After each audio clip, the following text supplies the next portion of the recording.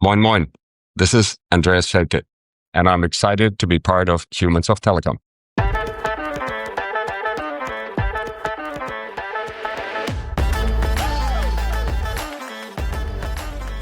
Hey everyone, a very warm welcome to Humans of Telecom, the Unplugged podcast.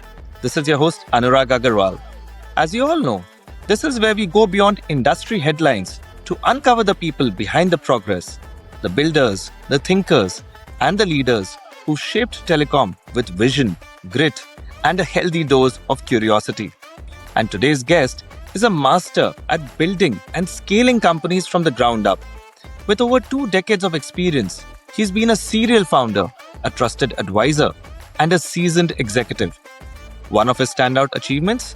Founding a mobile service company from scratch and transforming it into a globally accredited cloud communications provider, navigating complex regulatory, technical, and cross-border challenges along the way. That journey ultimately led to a successful acquisition by a publicly listed telecom technology firm. But beyond the impressive milestones and market exits, what defines him is a rare ability to combine strategic vision with practical execution, a mix that has made him a steady hand for startups and boards alike. Today, he continues to shape the future of telecom and tech as a consultant and board advisor, helping ventures scale with purpose and precision.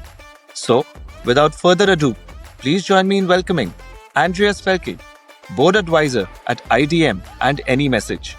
Andreas, welcome to the show. Thank you so much for agreeing to be a part of this journey. We'd love to hear more about you, which part of the world do you belong to, and from where are you joining this podcast today? Hey Anurag, thanks for the warm welcome and the kind words. It's my pleasure to be on your show. I'm actually from Germany original. I'm living close to Hamburg, up in the north of Germany. That's where I was born in my hometown, which is very close there. It's called Lübeck. By the way, side note, it's actually world famous for its marzipan. And after that, I went to university and I had another city higher up north in Germany where I wanted to be close to the water during my time in university. Since then, I've been living up in the north, working in the USA for about 2 years in the early 2000s, and then getting back to actually live in my hometown and work there. Thank you once again, Andreas. It's so nice to have you on the show. And it's so nice for you to mention something which I so fondly remember about IDM and about Lübeck, the lovely marzipan chocolates which you sent across.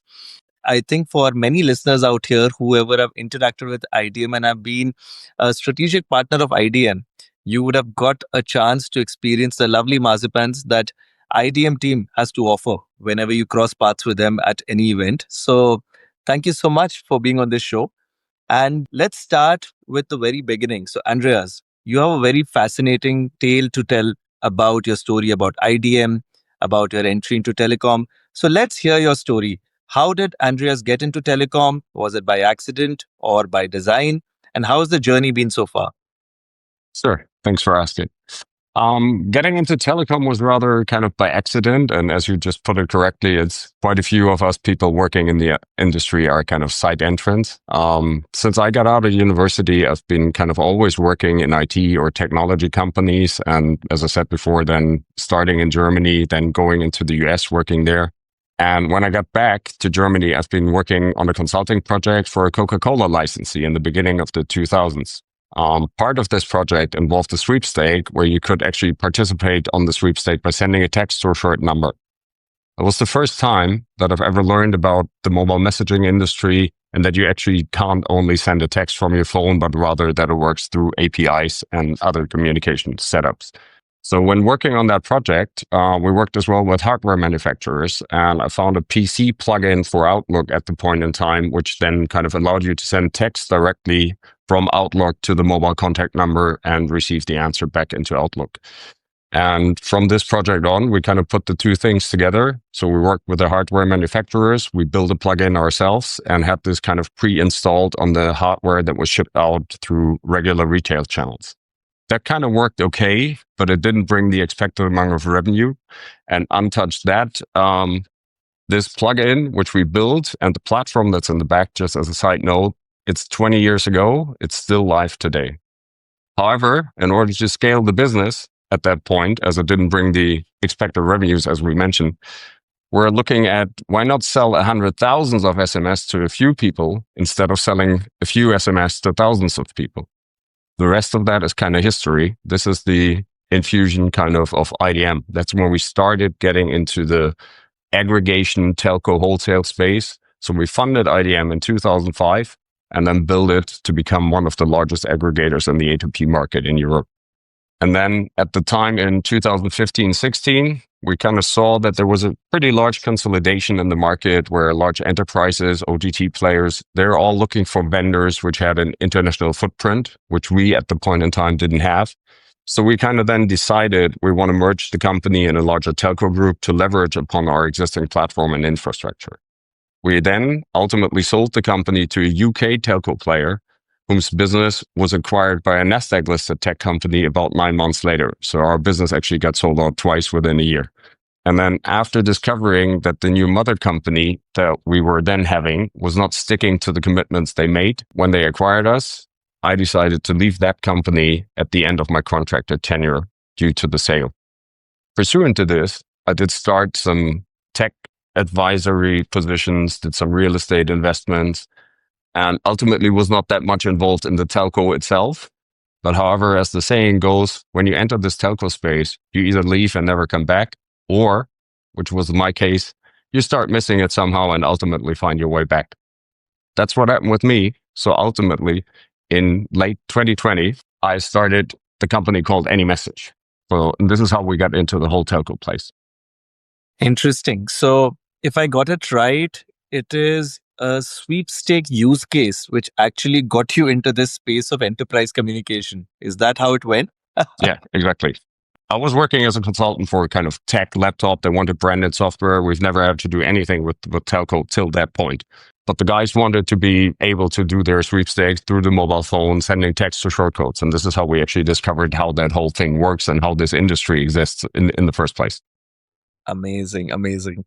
And in this entire very fascinating journey of yours, Andreas, is there any one moment which you'd like to highlight as a very powerful or an impactful moment that you remember the most? Yeah, definitely. So there were kind of two of those moments. The one, as I just briefly mentioned, was kind of selling the company. So it was a very big, incision, if you want to call it that way, coming from a completely self-started company, building it up by yourself, and then actually merging that into a larger company. That was a very interesting experience and learning curve. The challenge with that, and the hard part of that, if you want to call it that way, was that the new owners did not run the company A, to the way they promised it, and B, in a way that I was actually expecting it to move on. So that's why actually after then selling it, seeing how they kind of not burned the company, but a little bit, burning it, draining the cash out and all of that, to see that happening was not so nice, if you want to call it that way. However, the other part is when you sell a company, it's not your business anymore. So you got to do as the new owners say. And that's why I ultimately then decided to leave. And the second piece of that was that actually we bought it back. So after leaving the company by the end of 2019, we funded AnyMessage, as I mentioned. And the vision there was to become a real CPaaS player, like having the multi-channel approach, all these different channels. So while we're still building AnyMessage, the platform, on 2022, I got a call out of nowhere. And quite literally, I personally didn't follow that much anymore what was going on with IDM. I've just heard that the mother company went kind of belly up, filed for Chapter 11. And then in the middle of 2022, I'm getting a call really out of nowhere. So I get a text, a number I've never seen. I look at the text and the guy says, well, I'm part of an investment group that bought the assets. And so we bought IDM back with the assets and we don't know what to do with it. So they asked us whether we want to buy it back. And this was the other kind of very interesting highlight, if you want to call it that way, or impactful moment that we've had. So we've looked at IDM again and ultimately decided to buy it back. One key motivation was that actually the company was pretty worked down at the point in time. And one of my motivations was literally to kind of save the company, meaning save the brand, the company, and the colleagues, or in quotes, what was left of that. So then it was our baby again. And since then, we've been kind of building it up and merging the team with the AnyMessage staff. So those were the kind of two really big moments in the career throughout. Interesting, Andreas. So many concepts come into my mind immediately. Firstly, like they say that you can take an entrepreneur out of his venture, but you cannot take entrepreneurship out of the entrepreneur. So, I can totally make out that even after moving out of IDM, how your journey led you to form AnyMessage.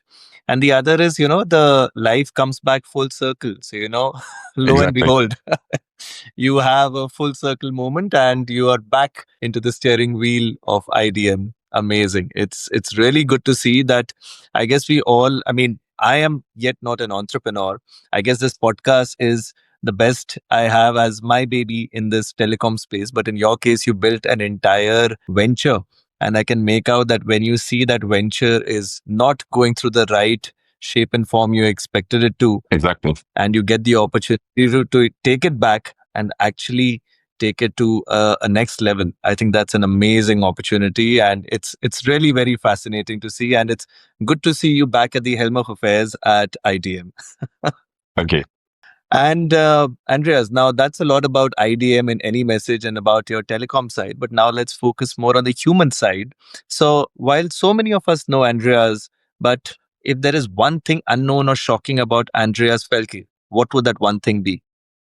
So one thing that I personally think a lot of people don't realize is I actually don't have any technical education at all. I kind of studied business. Well, a lot of people who know me and seen me and seen what I've been doing within the companies, they all believe I got a kind of engineering related background, but I don't. I've studied business and I really got all my knowledge that I've got through hands-on working since the late 1990s, actually in IT, internet, and then moving into telecom. So I worked for web development companies, data center companies, and then went into the telco space with communication and technology. And that all together actually was, I never looked at it that way, but looking back, you realize that all these separate steps of my career till then has kind of helped me build a foster ground on what we could build IDM. So the first employment I've had was with a US company there where I worked as a project manager. And that helped me kind of to learn how to manage larger scale projects and more importantly, transform a business requirement into a technological solution. And this is ultimately what we do all day long with IDM or AnyMessage, right? Because customers come, they have specific requirements and we need to build the platforms that support it. Interesting. I think this is something I have come across many individuals from our industry. They don't come with that formal education and training to be in the space where we are. But I think you again rightly put it, all those various instances and those small decisions we take are often always culminating into a larger one. So I totally get what you're saying. Yeah. Yeah. And in my case, this was lucky because they kind of build upon each other, right? Over very complementary to what we're doing today. Absolutely. Absolutely. And Andreas, beyond building companies and steering the ship, what else does Andreas do to recharge himself? What are your passions and interests like? Well, I'm kind of interested in financial markets as well, but the other part, which is more about like my spare time when I really have some time off, I most of the time spend it with my family and we go to the beach where we do kind of lots of water sports. So I like swimming. We got a couple of subs where we go out on the water. We do water skiing. And I personally actually started kite surfing about a decade ago. So when I have some spare time and there is some wind, and luckily we live close to the beach today, I go out on the water. And that's kind of my best way to recharge. Amazing. And I think in Germany, especially, I've seen, and most of Europe, especially, I've seen that the efforts made to balance a healthy life between work and your personal space, and especially bringing in the element of sports and physical activity is so strong. And it's good to see that you too are following that path because whenever I've interacted with you, whenever I've met you, I've seen you're always fit. Recently, I remember we were walking together in the streets of Berlin, but while we Right. were for long walks put together, but you were absolutely in ship shape right through. So good to Thank see. you. Yeah. I'll try to keep it short. Specifically at my age, you need to do something. I think at every age we should be taking care of that, but it's good to see that you're definitely doing that in the long term already. Yes. All right. And now, Andreas, we play a game. So, two truths and a lie. So, help us with Great. three statements It should be something very interesting and exotic. And I expect Andreas to be able to give such statements. And I have to guess which one of them are truths and which one of them is a lie. All right. Perfect. Let's try. So here are the three statements. One, a lot of people don't believe that I'm not Native American, so they believe I am Native American due to my English. Two, I nearly died while playing baseball. And three, when we started IDM, we actually had to borrow money. All right. Now, you really made life tough for me because you're right. Your English does often not trend towards the German accent, and there is a very strong American accent. So you're saying that a lot of people believe that you're a Native American. Okay. Right. Exactly. The other is that you nearly died while playing baseball, and it would be a very interesting story to hear. And you started IDM by borrowing money. Okay, so let me guess out here, and I'd say that maybe your company, your venture is a completely bootstrapped venture. You've not borrowed money. So I'll say that the third one is a lie. And the first two are truths, that you are often mistaken to be a Native American. And there is a very fascinating baseball incident which you will share more with us. So am I right out here? Yes, you are. Um, So, well, it's completely bootstrapped, and we kind of had to borrow money, but that was in the larger scale of we bought an apartment or whatever, so the money was not necessarily dedicated to just funding IDM. The second part is really, as you put it correct, there's a lot of guys who really believe I'm Native American specifically, as I don't really have that German or European accent, but I didn't pick my English up when I was living in the US. I actually had it before. So when I went there and I met the CEO after 2 weeks for working for them, the guy asked me where I was from, and I told him where I was from, and he's like, "No way, you got to be kidding me! I thought you're kind of from California or something like that." So it's a lot of people do mistakenly believe that I'm a Native American. And the third one is I actually really nearly died playing baseball because when I was in university, we played baseball, and I got hit by the baseball right into the face. It knocked me out of my feet. I had the ball directly on my eye, and I had to get surgery to get that fixed. And the doctor then, when he looked at me, said, "Oh, you're a lucky son of a kid." I said, "What do you mean lucky?" He's like, "So there's three chances. The thing could have blown out the bottom of your orbiter, which is kind of a bone under your eyeball." And that happened to me. I said, "Well, and what makes me lucky on that?" He said, "Well, that's the easy one. The other two, your jawbone breaks, you're blind, or the actual orbiter blows in the back and you're dead." So I got really lucky on that one. Well, I must say, we all must thank God for that lucky break you got, because that led to the formation of not one, but two fantastic companies. And we have the wonderful Andreas within our fraternity today. Amazing. Exactly. Thank you. Awesome. That's been an interesting set of statements, Andreas. I hope so. Yeah. And with that, we come to the last question of this section, that if there's one thing you could change about your life, possibly, what would that one thing be? I actually wouldn't change that much because I believe I'm kind of very blessed with the life I'm able to live these days. Definitely, I'm aware of the fact that I surely worked a lot and we built these companies, but the point where we are today with everything that we have, I still view it as a blessing. That's for kind of one reason being that I know a lot of entrepreneurs who tried and failed, as I believe there are always two things that you need, right? There's the one thing when you start becoming an entrepreneur is you need a lot of dedication. It takes time, it takes hard work, and it takes your personal drive. The second part is a bit of luck. That's why I wish all the entrepreneurs luck, because that's the piece they cannot influence. This is nothing you can do about it, right? You have an idea, you pursue it, and whether it works or not is truly due to the business plan, the strategy, and everything you do. But there is always a piece of luck to that. And that's what I wish everybody. If I were to change anything on my life, personally, I'd see that I kind of work a little bit less so I could spend more time with my family and my kids. They're growing up way too fast. That's something which other guests have also literally said, that if there's one thing they could change about their life, that could be the pace at which they're running to manage their work life and neglecting or having to sacrifice rather their personal life. Yeah. So yeah, we're living in telco. That's the challenge with it, right? It's a very fast-paced environment, so you got to invest some time. Absolutely. All right, fair enough. And with that, Andreas, well, we're having a fantastic conversation, but all good things also must come to an end. So we come to a sign-off section. What does being human mean to you? What sort of a human being would you want the world to remember you as? Well, good question. Being human to me means that when you work with people, you should be treating your colleagues and coworkers and ultimately not only the work people, but everybody you meet in life with respect. I personally met kind of a lot of people throughout my career which didn't treat their fellow coworkers or colleagues respectfully, or more specifically, they didn't respect the coworker or subordinates specifically because they believed themselves to be better just because of their position. In my personal view, your position, your role, or your capabilities got nothing to do with the fact how you should treat people. And furthermore, creating a collegial atmosphere, irrespective of the title or role that you have, has been, at least for me, and I've seen it in other companies as well, very fruitful for the creation of a prosperous working environment and the entire team. So if I would like to be remembered as, it'll be a friendly and helpful guy that was given the chance to build two families. One is my personal one with my wife and my two kids.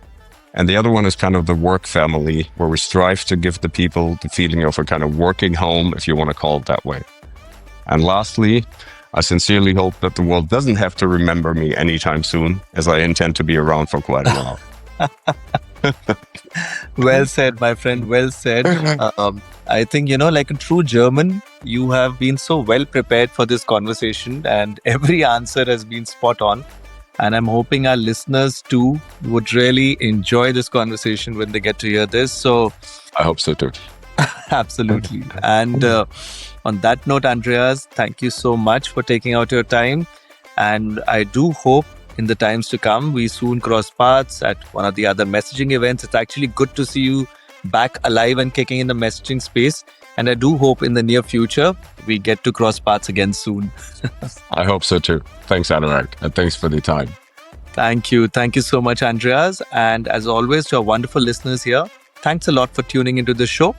We hope this episode gave you a good glimpse of the human side of Andreas Felke, someone with a fascinating telecom journey, bootstrapping a venture from a simple sweepstake use case into an international giant, someone who eventually found his way back to where his heart truly lies, someone who once had a near-death experience at a baseball game, someone who is an adventurous kite surfer who rides both the waves and the winds, and finally, a visionary with no formal tech training who still went on to build a technological empire.